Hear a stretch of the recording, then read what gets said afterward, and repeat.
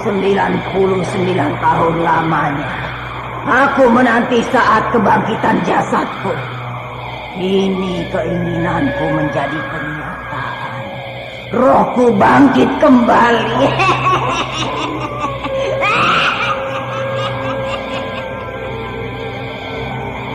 Aku maturkan sembah ini. Tugasku sudah selesai. Kembalikanlah aku sebagai titisan Dewi Sumbi. Jangan takut, Nyi Endang Suri. Kau akan kembali sebagai wujud gadis cantik, titisan Dewi Sumbi.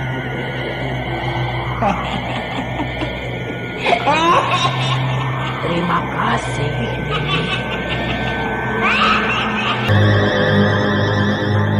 Misteri Nini Pelet kali ini mempersembahkan episode kedua dengan judul Bangkitnya Mayat Nini Pelet.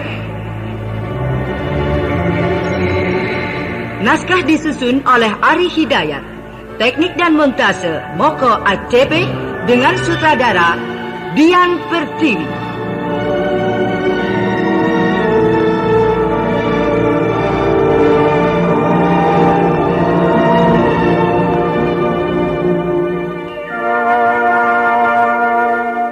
Dalam seri yang ke-10 ini didukung oleh para pemain Asriati sebagai Nini Pelet, Bambang Jeger sebagai Restu Singgih, Hana Pertiwi sebagai Nilam Cahya, Eli Kusuma sebagai titisan Dewi Sumbi, Raga dimainkan oleh Mogan, Jail Singgih oleh Chris Urspan, Ana Sambayon sebagai Nenek Kliwon, Agus Purnama sebagai Manggala, Wenda L sebagai Bedok, Harry S sebagai Askom, dan Billy sebagai Sanit. Hastin Atas Asih pembawa cerita. Selamat mendengarkan.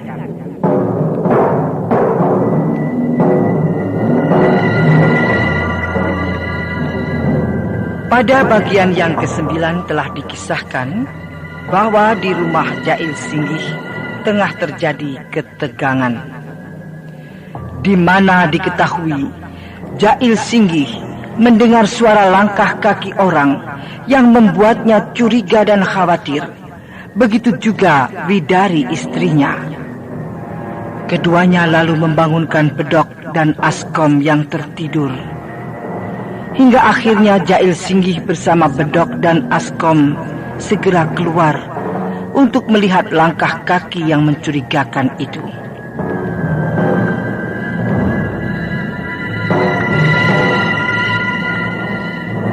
Nah, pendengar yang budiman, inilah Bangkitnya Mayat Nini Pelet bagian yang ke-10.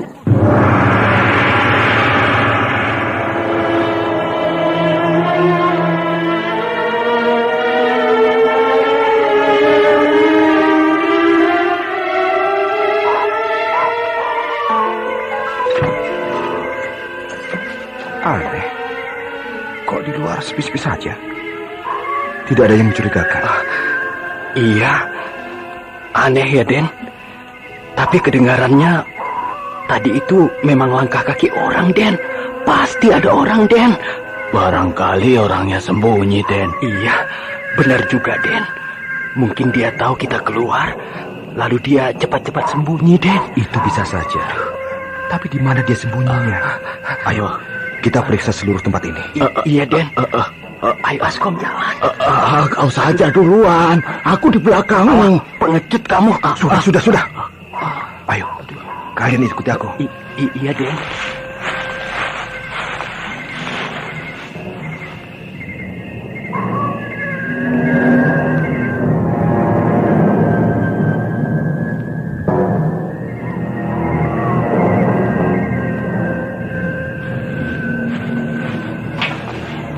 Kalian berdua periksa ke arah sana. Aku ke arah kanan kuda itu. Ayo. Askom, kau duluan, ayo. Iya. Tenang saja. Awas kau. Awas.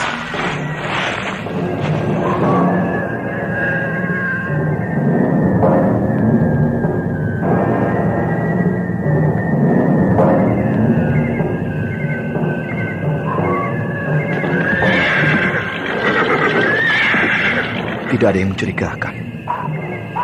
Kandang kuda ini sepi saja. Aku di sini. Ada suara dari depan itu.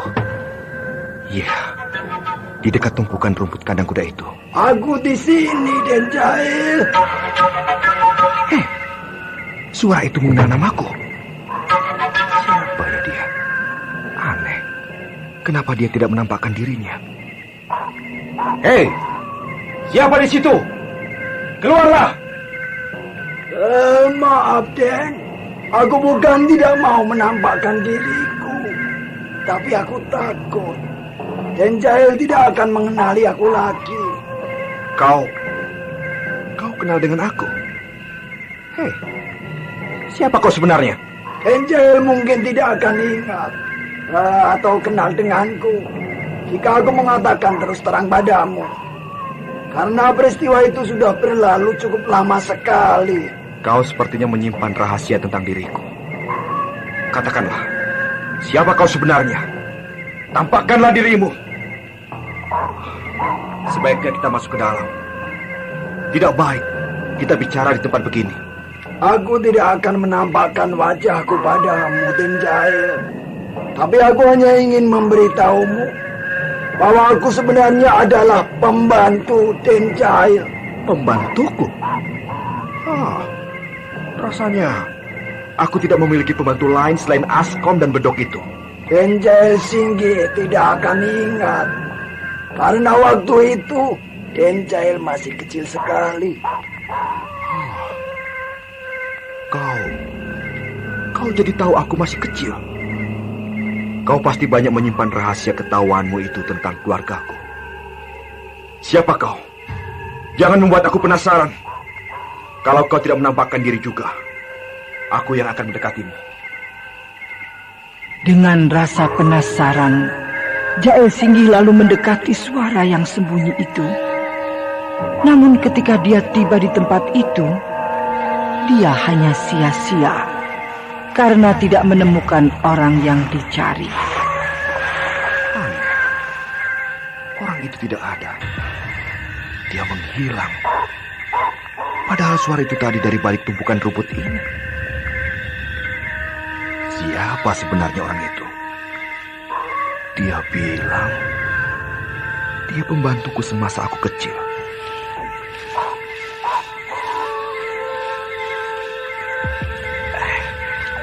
Bagaimana, Den? Iya, Den. Apa Den Jahil Singgi menemukan orang yang kita curigai, Den? Iya. Mana dia orangnya, Den? Apa sudah ditangkap, Den? Dia menghilang. Menghilang? Waduh, kok aneh. Apa makhluk siluman barangkali, Den, ya? Dia bisa menghilang begitu? Aduh, hilangnya bagaimana, Den? Hilangnya bagaimana? Dia hanya bicara padaku. Tapi dia tidak menampakkan dirinya. Lalu? Orang itu kenal denganku. Bahkan mengaku sebagai pembantuku semasa kecil. Tapi ketika aku akan dekati, dia menghilang. Aneh. Waduh, siluman barangkali dia, Den. Tapi kalau orang itu kenal dengan Den Jahil Singgi, tentunya suatu saat dia pasti kembali lagi, Den. Entahlah. Tapi aku mengharapkan begitu.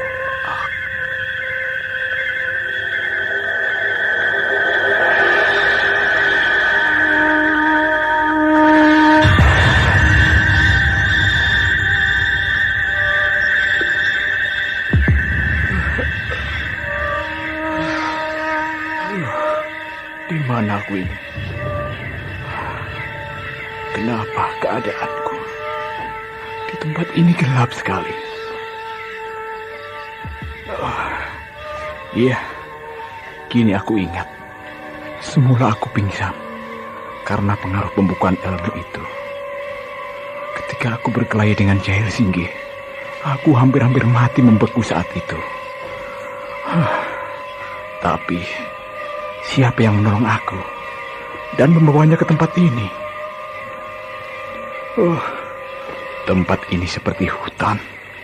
Iya, nampaknya memang hutan tempat ini. Aneh. Siapa orangnya yang membawa aku ke hutan ini?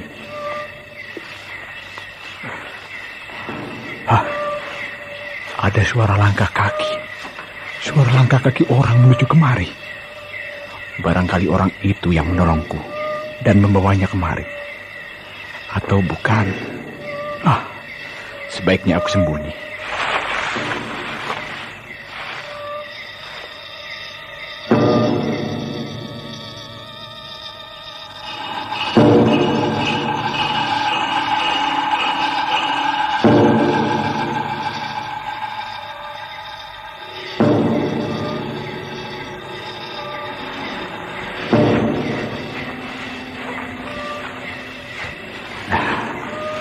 Di tempat ini cukup aman dan tidak akan diketahui.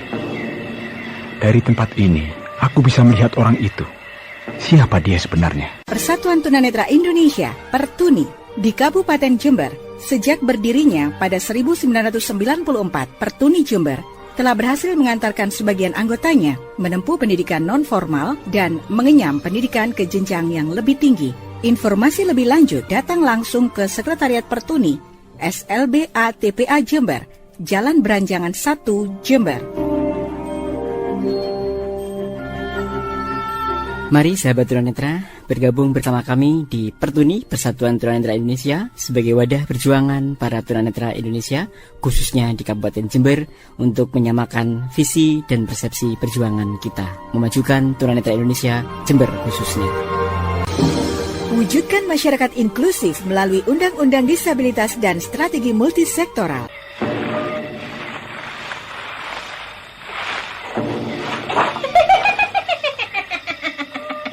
Anak bandel, kenapa kau sembunyi? Ayo, keluarlah. Aku membawa makanan untukmu. Seorang nenek bungkuk. Dia mengetahui aku. Kalau aku bersembunyi. Aneh, siapa nenek itu? Hei, anak bandel, cepat keluar dari persembunyianmu. Kau belum makan sejak tadi siang. Ayo, keluar. Nenek memanggilku? Iya, kemari cepat. Kenapa kau sembunyi? Aku hanya ingin menyaksikan siapa sebenarnya orang yang menolong aku dan membawaku kemari. Apakah nenek yang melakukan semua itu? Iya.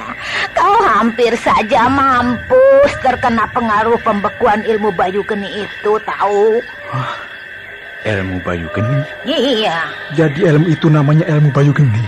Kalau saja tidak cepat aku tolong, kau sudah mampus, anak bandel. Ilmu itu sangat berbahaya. Bisa mematikan seseorang dalam waktu singkat. Terima kasih.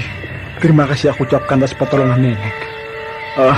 Nenek siapa namanya? Aku Nenek Kliwon. Nenek Kliwon? Iya. Nenek ini aneh. Itu kalung apa, Nek? Kok gantungannya tengkorak manusia? Seram sekali. Ini kalung jimat. Nah, ini aku bawakan buah-buahan untuk kita makan ya. Ayo, makanlah. Iya, Nek. Nenek baik sekali. Merepotkan saja. Tidak apa-apa.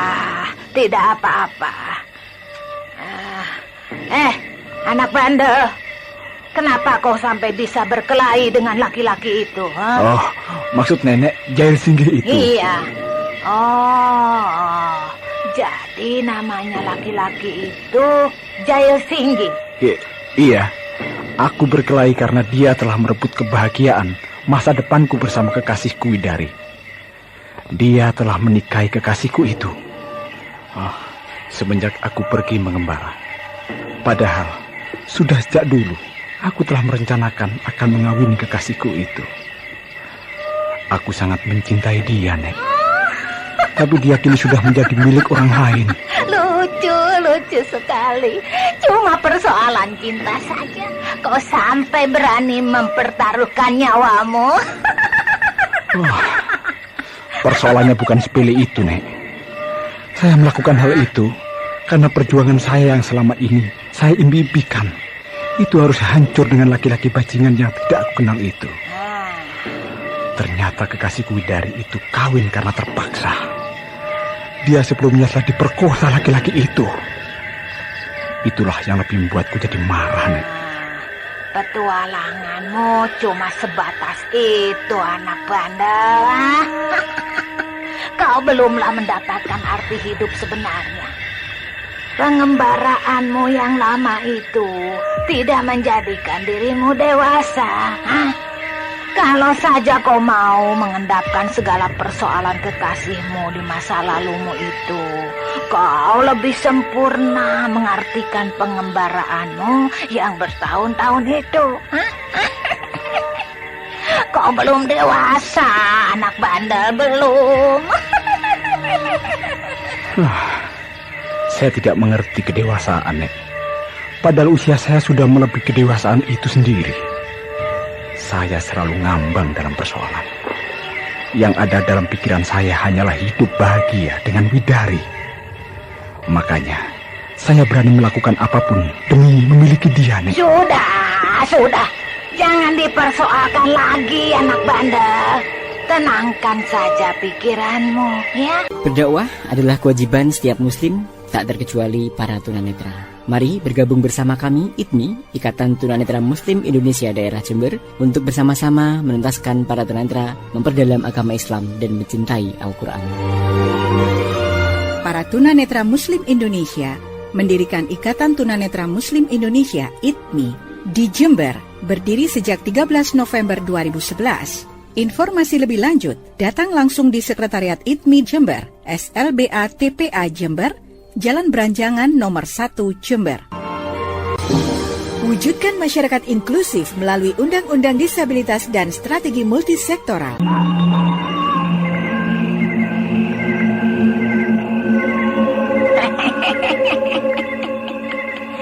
Kalian sudah bisa menguasai sebagian dari ilmu-ilmuku. Kalian sudah lulus dari berbagai pelajaran yang aku berikan. Kini, kita tinggal segera turun untuk mencari musuh-musuhku. Ampun, Nini. Untuk melakukan hal itu, kami selalu siap membantu. Tapi siapakah sasaran utama kita? Musuh utamaku, dia adalah Ki Buyut Manguntapa.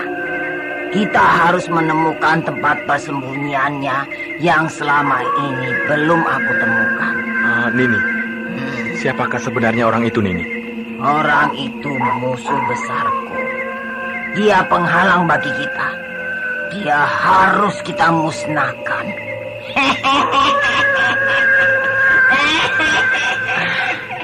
Nini, kapan kita akan segera turun mencarinya? Besok, pagi-pagi sekali kita harus berangkat. Baik, Nini, kami siap. Bagus.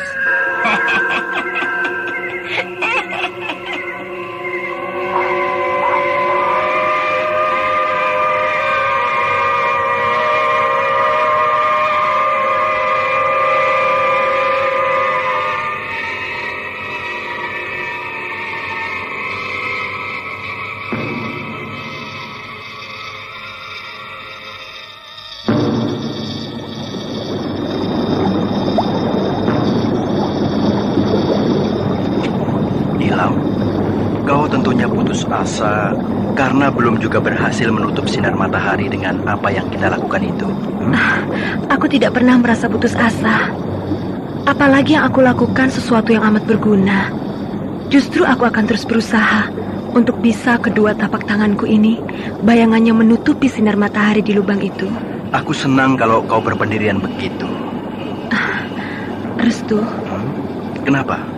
Apakah kita akan lama lagi di tempat ini? Kenapa tiba-tiba kau jadi seperti orang jenuh?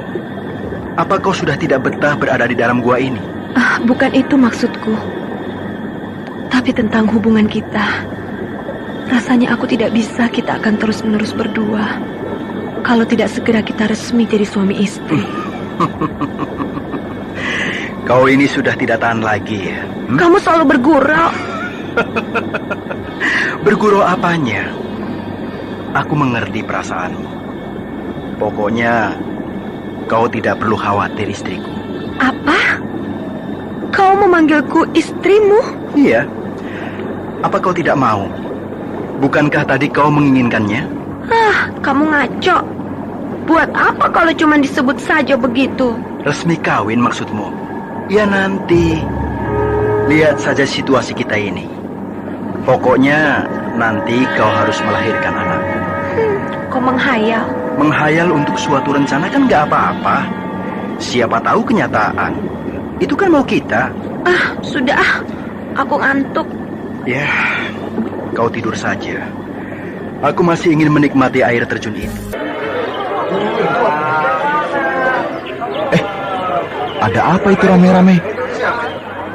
Semua orang nampak saling berbisik sambil memperhatikan ke arah depan sana itu. Apa ya yang mereka lihat? Sehingga mereka nampak seperti itu.